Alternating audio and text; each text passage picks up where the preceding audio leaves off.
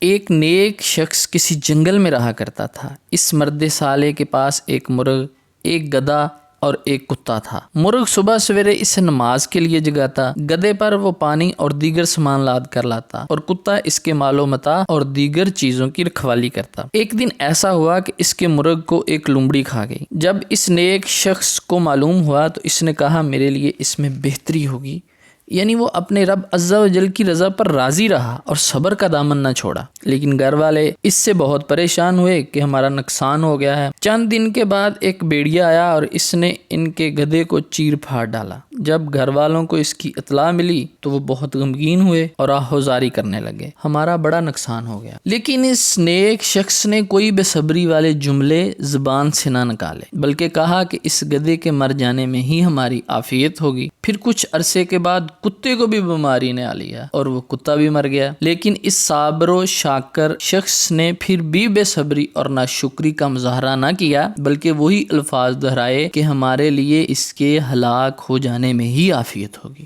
وقت گزرتا رہا۔ کچھ دنوں کے بعد دشمنوں نے رات کو اس جنگل کی آبادی پر حملہ کیا اور ان تمام لوگوں کو پکڑ کے لے گئے جو اس جنگل میں رہتے تھے۔ ان سب کی قید کا سبب یہ بنا ان کے پاس جانور وغیرہ موجود تھے جن کی آواز سن کر دشمن متوجہ ہو گیا اور دشمنوں نے جانوروں کی آواز سے ان کی رہائش کی جگہ معلوم کر لی۔ پھر ان سب کو ان کے مال و اسباب سمیت قید کر کے لے گیا، لیکن وہ نیک شخص اور اس کا ساز و سامان سب بالکل محفوظ رہا، کیونکہ اس کے پاس کوئی جانور ہی نہیں تھا جس کی آواز سن کر دشمن اس کے گھر کی طرف آتے۔ اب اس نیک مرد کا یقین اس بات پر مزید پختہ ہو گیا، اللہ عز و جل کے ہر کام میں کوئی نہ کوئی حکمت ہوتی ہے۔ تو پیارے بھائیو، اس مرد کامل کا اس بات پر پختہ یقین تھا کہ اللہ عز و جل جب بھی ہمیں کسی مصیبت میں مبتلا کرتا ہے، اس میں ہمارا ہی فائدہ اور ہماری ہی بھلائی پیش نظر ہوتی ہے، اگرچہ بظاہر نظر نہ آئے۔